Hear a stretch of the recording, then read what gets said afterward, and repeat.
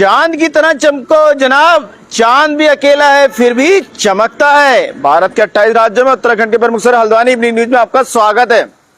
राहुल गांधी ने आज प्रेस करी और मुख्य बात यह बताई कि 10 साल में 152 पेपर लीक हुए हैं। उन्होंने कहा उनके मुंह से खून निकल रहा था। उन्होंने पुलिस वालों का बचाव करते हुए कहा उनको ऑर्डर मिले हुए थे, उनका कोई कसूर नहीं। साथ ही चुटकी लेते हुए कहा बोल रहे थे सर कि मैं हरियाणा से हूँ, राजस्थान से, इन लोगों को हटाओ। सर जी फिलहाल आज दिल्ली के जंतर मंतर पर ज्यादा लोग ना पहुंच पाए, इसके लिए 10 बजे ऑर्डर आते हैं कि 4 मेट्रो स्टेशन बंद, राजीव चौक, सचिवालय मेन 4, फिर 1 घंटे बाद आते हैं कि 16 मेट्रो स्टेशन बंद।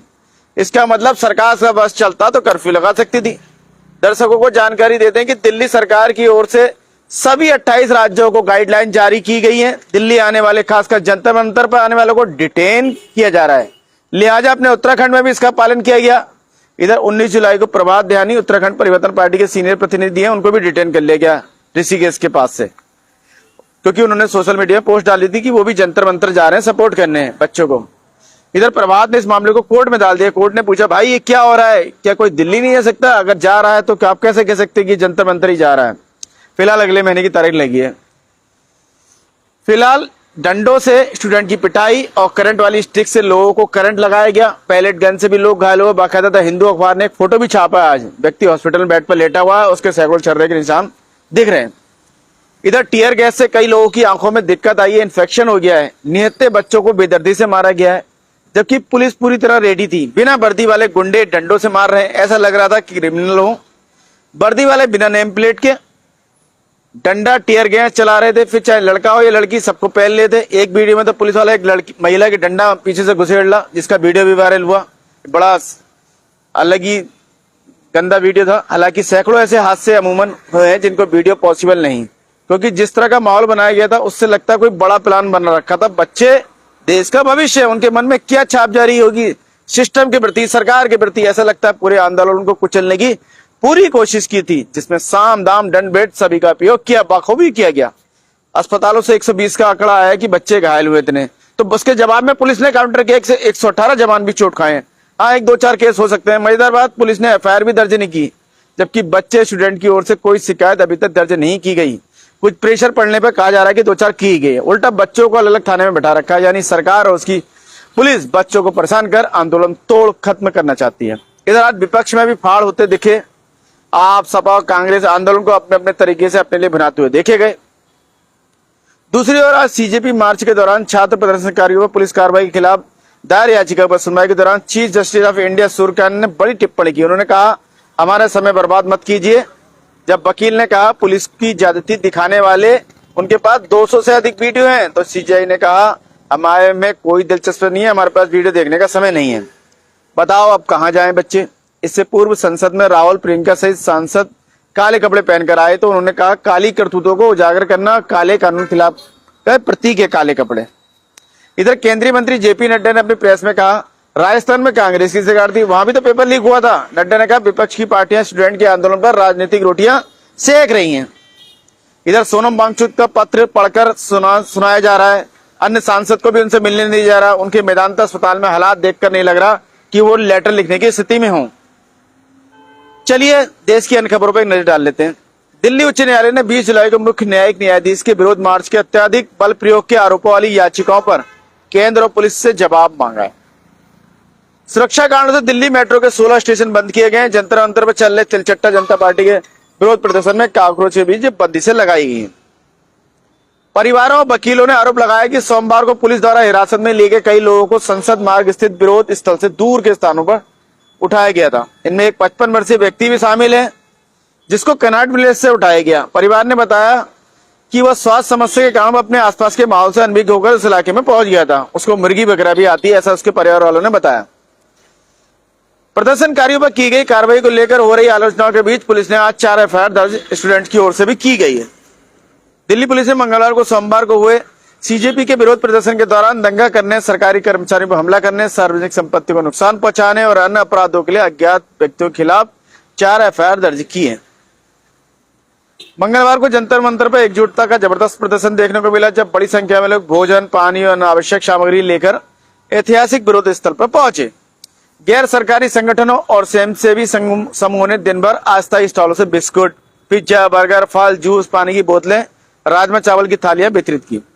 कई लोगों ने राशन खरीदने और पिछले दिन लाठीचार्ज और आंसू गैस के गोले झेलने वालों की मदद के लिए पैसे दान करने की बात भी रखी। दिल्ली उच्च न्यायालय के आदेश के बाद बांगचुक को सफदरगंज अस्पताल से वेदांता के अस्पताल में स्थानांतरित कर दिया गया है। फिलहाल उनसे किसी को भी मिलने की परमिशन नहीं है, सिवाय उनकी बीवी जो है गायत्री को। देश की राष्ट्रीय राजधानी मुंबई से बात करें तो मुंबई में किसानों की रैली, प्रतिनिधिमंडल ने मंत्रियों से मुलाकात की। गुजरात ने सभी जिला अस्पतालों में नशा मुक्ति केंद्रों को फिलहाल मंजूरी दे दी है। कर्नाटक के उप मुख्यमंत्री ने कहा, आर्ट ऑफ लिविंग के खिलाफ लगे आरोपों की जांच के लिए एसआईटी का गठन किया गया है। कर्नाटक उच्च न्यायालय ने बंटवाल महिला हत्याकांड पर ट्वीट करने वाले व्यक्ति के खिलाफ जांच पर रोक लगा दी है। कर्नाटक के कावेरी जलाशयों में भंडारण कुल क्षमता का 52% है और CWUMA 22 जुलाई को स्थिति की समीक्षा करने वाला है, यानी कि आज उन्हें करी है, अभी रिपोर्ट नहीं आई है।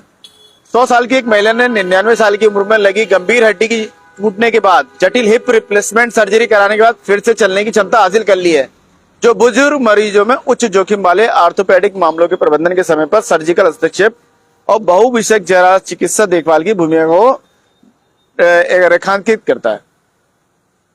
केरल के मुख्यमंत्री ने कहा कि पूर्व CPI-M के नेतृत्व वाली LDF सरकार ने वक्फ बोर्ड में गैर मुस्लिम सदस्यों की नियुक्ति पर सहमति जताई है। P. विजयन ने दिल्ली में राहुल गांधी की गिरफ्तारी की निंदा की, कहा केंद्र सरकार बल प्रयोग करके विरोध प्रदर्शन को दबा रही है। कांग्रेस के तिरुवनंतपुरम में लोक भवन के लिए मार्च निकाला गया। पुलिस द्वारा कुछ प्रदर्शनकारियों को हिरासत में लेने के प्रयास में झड़पें भी हुई। प्रदर्शनकारियों ने पुलिस के खिलाफ और युवा कांग्रेस के समर्थन में नारे भी लगाए। अभिनेत्री विस्मया मोहनलाल की बेटी साथ ही अन्य मलयालम फिल्म सितारों जिन्होंने दिल्ली के जंतर मंतर पर सरकार विरोधी छात्र आंदोलन को समर्थन दिया था, सोशल मीडिया प्लेटफॉर्म पर विशेष रूप से फेसबुक पर भयंकर ऑनलाइन उत्पीड़न का सामना करना पड़ा उन्हें। तमिलनाडु सरकार ने मुख्यमंत्री नाश्ता योजना का नाम बदलकर कामराज के नाम पर रख दिया है। PMK के संस्थापक रामदास ने अपने बेटी अंबुमणि के खिलाफ दायर मुकदमा फिलहाल वापस ले लिया है। तमिलनाडु के मुख्यमंत्री विजय ने नीट को रद्द करने की बात कही और नई दिल्ली में राहुल गांधी की गिरफ्तारी की कड़े शब्दों में निंदा करी। किलाई तमिलनाडु का पहला पूर्णतः जलवायु प्रतिरोधी गांव बन गया है। AIADMK ने दल बदल विरोधी याचिका पर स्पीकर को स्पष्टीकरण प्रस्तुत किया। आज छत्तीसगढ़ शराब घोटाले में सुप्रीम कोर्ट ने चेतन बघेल को जमानत दिए जाने के खिलाफ ED और राज्य की याचिकाएं खारिज कर दी। उड़ीसा के पूर्व मुख्यमंत्री नवीन पटनायक ने शिक्षा मंत्री धर्मेंद्र प्रधान के इस्तीफे की मांग की है। आंध्र प्रदेश से नीट परीक्षा के विरोध में भाजपा कार्यकर्ताओं के कांग्रेस कार्यालय की ओर मार्च करने से विजयवाड़ा में तनाव बढ़ गया है। भारत के सबसे लंबे रनवे में से एक भोगमपुर का 3800 मीटर लंबा कोड 4E रनवे अगस्त के मध्य के आसपास INS डेगा से वाणिज्यिक उड़ानों के स्थानांतरित होने पर बोइंग 777 और एयरबस A330 जैसे बड़े विमानों को संभालने में सक्षम होगा। बिहार पुलिस ने धर्मेंद्र प्रधान के इस्तीफे की मांग कर रहे प्रदर्शनकारियों पर आंसू गैस के गोले दागे और लाठीचार्ज किया। बड़ी संख्या में आज स्टूडेंट्स आए थे इस आंदोलन को। बिहार भाजपा प्रतिनिधिमंडल ने चुनाव आयोग से मुलाकात की। बांकीपुर उप चुनाव में प्रशांत किशोर के खर्च को लेकर शिकायतें दर्ज की है। मणिपुर में प्रतिबंधित विद्रोही समूह के 46 कार्यकर्ताओं ने आत्मसमर्पण किया।